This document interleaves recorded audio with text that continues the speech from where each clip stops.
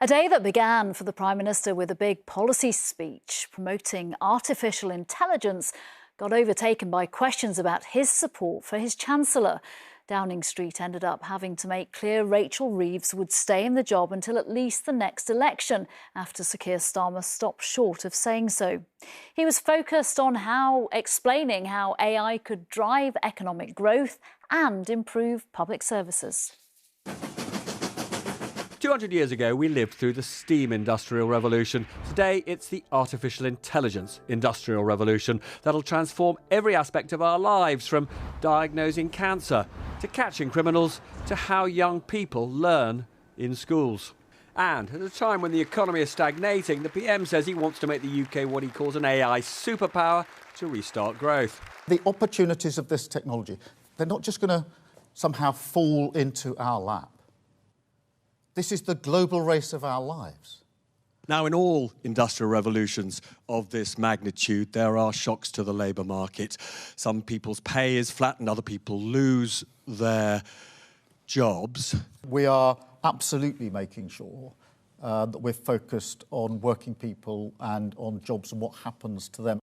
Among the 50 initiatives are increasing by 20-fold the capacity of supercomputers owned by government and universities, creating a national data library of health and other information vital for training artificial intelligence, recruiting AI experts from around the world, adapting regulation to the needs of this revolutionary new industry, and creating AI growth zones to accelerate connecting new data centres and supercomputers to the national grid. The UK doesn't have a single supercomputer in the world's 50 most powerful. It's too little too late. But we're starting from a low point when it comes to compute, but look at what we're doing. And what are the jobs of the future that parents should be talking to their kids about? AI will disrupt many people's workplaces, but AI will also mean that we have a more pleasurable, exhilarating, satisfying experience in the workplace, because we'll be doing more of the things that plug directly into our talent. So here's an example of a typical email that Even now, at Octopus Energy, an AI programme generates answers to even quite complex questions asked by customers. About 45% of all our emails are composed with the help of AI, and customers rate the help they get more highly than when it's just from a human. Going forward, we're already experimenting with voice AI, so that, and we know some companies are already using it, so that when you phone up, some of the conversation may be had with AI. Of course, we wouldn't deploy that until we'd give better results than we do today. Hello. Hi. Yeah, nice to meet you. Not normally a good sign when the men in white coats turn up, unless I suppose one of them is the Prime Minister and he's promising to deploy technology to make us richer. Yeah, they're focusing on the future, but right now the government and the Chancellor are under real pressure over the economy. That's right.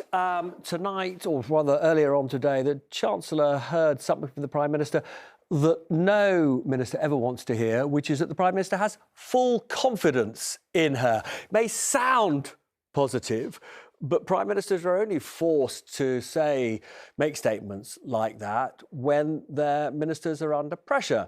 And the Chancellor is under massive pressure, because literally just weeks after one of the most ambitious budgets of modern times, 70 billion raised from borrowing and taxes, she's run out of money. And the reason for that is because the interest rates that the government has to pay on its debts have risen to levels we haven't seen for years and years and years, because investors have got really very downbeat about the growth prospects for the UK. Now, what we heard from the Prime Minister was some very, very ambitious proposals to accelerate this industrial revolution, really important industrial revolution that's coming from artificial intelligence.